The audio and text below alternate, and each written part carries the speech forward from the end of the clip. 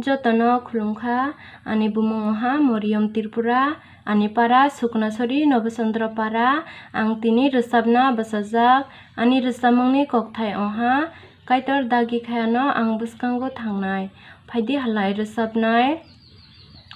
kaitor dagi khai ano ang bwskango thangnai kaitor dagi akhe ang bachawi tongnai ani thanglai suma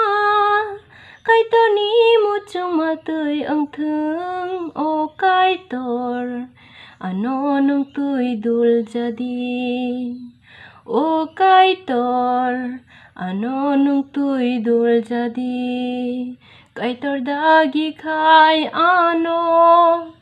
ang bwskango thangnai kaitor dagi akhe ang bachawi tongnai ani thanglai suma kaitor ni muchung matui ang thung o kaitor ano nung tui dul jadi o kaitor ano nung tui dul jadi nini muchung matui no ang tong nani nayo nini tui dul matui no bachai tong nani nayo bebak ani samung bai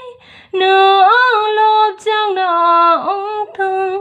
kebel ani bising tui no ang samung tang di nini seleng no nini mo chong ma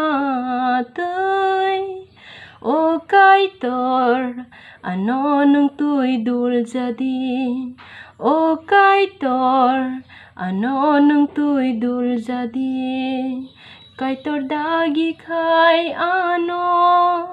ang bwskango thangnai kaitor dagi akhe ang bachawi tongnai ani thanglai suma kaitor ni muchung matui ang thung o kaitor